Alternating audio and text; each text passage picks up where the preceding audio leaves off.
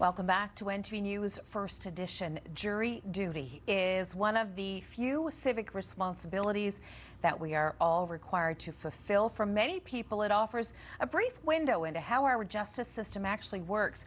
But for others, especially those serving on those long, emotionally heavy trials, being exposed to disturbing testimony and carrying the weight of their decisions can take a toll, not only during those proceedings, but long after they end. Joining us now to talk about this is Dr. Janine Hubbard in this week's Get Psyched. It's great to see you. Thank you so much.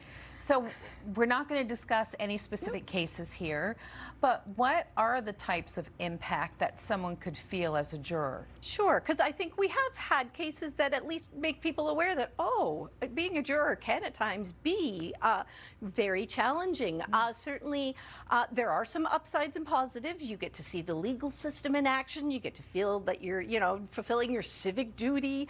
Sometimes you actually have, you might make some close new friendships with fellow jurors. But on the other side of things, you're being exposed to materials that you wouldn't encounter in your everyday knowledge. You're being exposed to, kind of that dark underbelly of society that most of us are happy to kind of pretend doesn't exist. You are doing all of this while potentially getting into an argumentative setup with fellow jurors where you're trying to weigh things.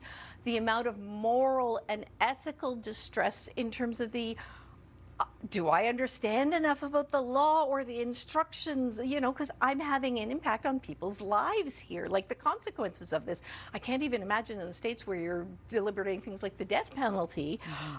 There is a huge amount of moral distress, and you're not allowed to talk about it. That's right. So even after a trial is long over and the jury's made its decision and the case closed or whatever, jurors are not permitted in Canada. In the United States, I believe they can, but in Canada, they're not even allowed, I don't think, to identify that they were on that jury. No, and I mean, I will say Canada has some wonderful protections for those very reasons, because especially in small communities, we've had cases where people have been concerned about their safety or safety of their families or, that impact. But the flip side of it is, and I will be honest, I was shocked when I went digging into this a number of years ago, and then again for today's discussion. Until 2022 in Canada, it was illegal for a juror to speak with a healthcare professional about their jury experience. Oh my goodness. I want you to think about that for a second. So that is a very recent development. You're still not allowed to go to your typical supports, like your family, your friends.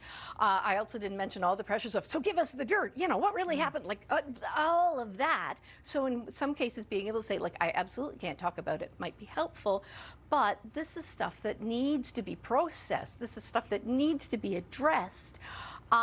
So, I mean, on the plus side, it's now legal to go and see a counselor, to go and see a psychologist to process all of this. And again, that moral distress, that, just world ideas, some of that exposure.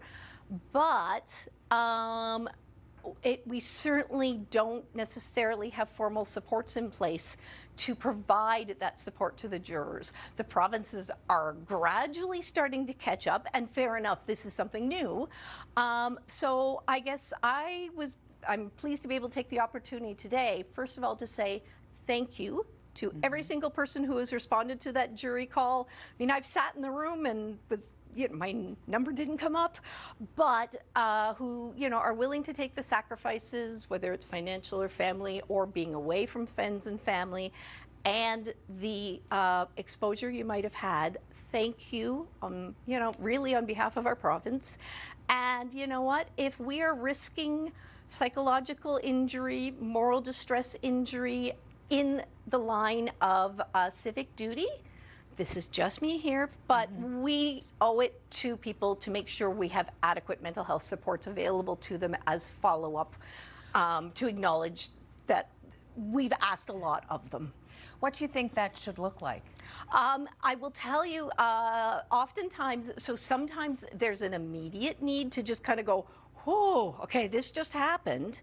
And then it's just get back to life, get back to routines. And sometimes what we see is it's later effects. You sometimes see, oh, well, we can provide you with some short-term immediate therapy. I want to make sure that that's there in the background, because it could be a future trial.